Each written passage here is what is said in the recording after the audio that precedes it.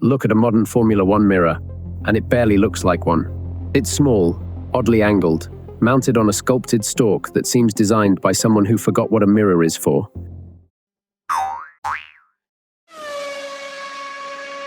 Chapter 1. The mirror that isn't just a mirror. The F1 mirror was designed by someone who cared more about airflow than reflection. Go back a few decades and F1 mirrors looked exactly like you'd expect. Round, simple, bolted onto the side of the car, purely to let a driver see what was behind them. Nothing about their shape mattered beyond that one job. Then teams noticed something. Any surface facing into the airflow at 300 kilometers an hour is either helping the car or hurting it, and a mirror is no exception. What followed was a slow redesign war. Mirrors reshaped, resized, and repositioned purely to bend air more usefully around the car, with actual visibility becoming an afterthought. In 2018, Ferrari pushed this so far that rivals openly questioned whether their mirrors could still be called mirrors at all. FIA eventually stepped in with stricter rules. A part of the car whose entire original purpose was seeing clearly had become, for a few years, one of the least important things about its own design. Chapter 2. The drink that's usually useless.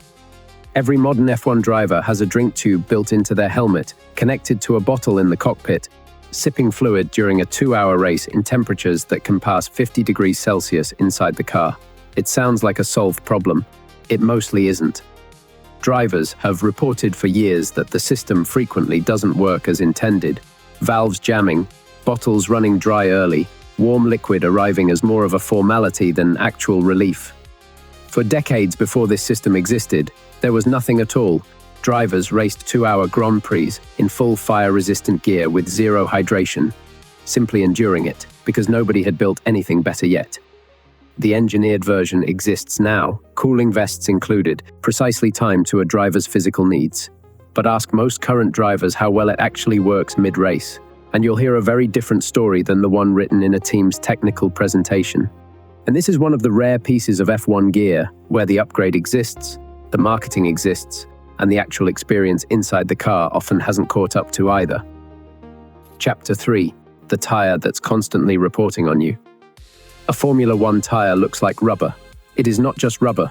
Every tire Pirelli supplies carries an embedded barcode and internal sensor data, tracked from the moment it leaves the factory. Teams don't just receive tires, they receive tires with a full history attached. Which compound, which car, how many laps it's completed, what temperatures it's been exposed to. This wasn't always the case. For most of the sport's history, a tire was tracked the same way a spare part was tracked, loosely, by eye, by which crate it came out of. Now, the tracking never stops. Pirelli monitors pressure and temperature throughout a race weekend, specifically to catch problems before they become failures, because a tire that looks fine on the outside can already be reporting warning signs nobody watching the race would ever see. What looks like the simplest component on the entire car, 4 black circles doing the only job rubber has ever done, is actually one of the most closely monitored objects on the grid. Chapter 4. The suit that exists because someone almost didn't survive. Formula One drivers wear fireproof racing suits made from Nomex today. For much of the sport's early history, they didn't. Before fire-resistant standards existed, drivers raced in suits that offered little real protection, cotton overalls that could catch fire as easily as anything else nearby.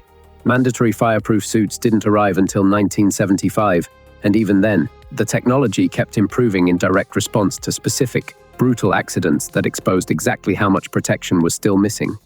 Each generation of Nomex suit exists because an earlier one wasn't enough, tested and retested against exactly the kind of fire a driver hopes to never actually experience. This is the piece of gear where the stakes stop being about performance or comfort entirely. A mirror-shaped wrong costs airflow. A drink system that fails costs comfort. A tire that isn't monitored closely enough costs a race.